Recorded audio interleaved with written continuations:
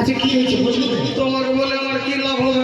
আচ্ছা তুই যদি আমাকে না বলিস, তার মনের কথাটা যদি জানতে না পারি, তাহলে কি করে বুঝবো সত্যি কিসের জন্য যাচ্ছিস? বন্ধুর যদি মনে দুঃখ থাকে তো দোসরা বন্ধুকে বলতে হবে। কি হয়েছিল সকাল? কিন্তু মনের ভিতর পারছে যে কেন রে? ভালোবাসার কথা কি হয়েছে? তুমি বুঝবে